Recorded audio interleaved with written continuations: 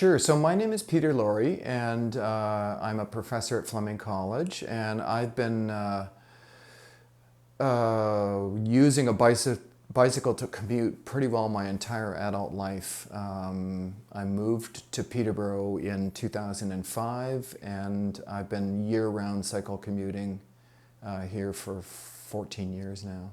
And I have a few different routes to get from home to Fleming College, but what I try to do is to avoid traffic as much as possible, so that usually determines the route that I'll take between here and Fleming. Leaving home here, I proceed over to Monaghan Road, and then I kind of skirt around the south end of the Mount St. Joseph and St. Peter's High School. So I end up going across Weller Avenue quite a bit till it ends. So I call it the roller coaster because there's a lot of, I think I've counted 7 hills between home and work. So it's a good workout. I mean, I'm crossing a couple of busy roads, but I'm not riding on busy roads. And they're wide, they're sort of generous width. So it's, you don't have to be too focused on the traffic. For many years, I took the flattest and shortest route to work, which was to ride on Clonsilla Avenue, 4 lanes of traffic. And I had kind of gotten used to that riding in Toronto, sort of being close to cars and busy. But a friend of mine said to me once that he had driven past me, and he said, those lanes are very narrow and I don't want you to die out there, so can you please change how you get to work? So I did that. The way I go, I like all of it.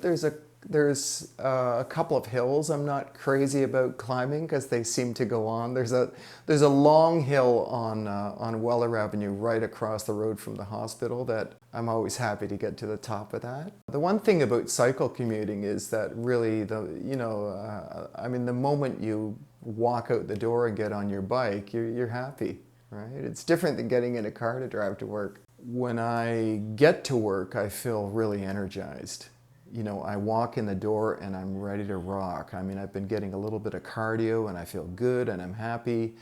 And at the end of the day, the ride home fulfills a different purpose. I mean, you kind of decompress on the way home and kind of offload. In that 9 kilometers, probably has about 800 meters of cycling lane. The rest of it is just on regular roads. So, I mean, there's a lesson there for cities like Peterborough, and that is that we need a lot more cycling infrastructure.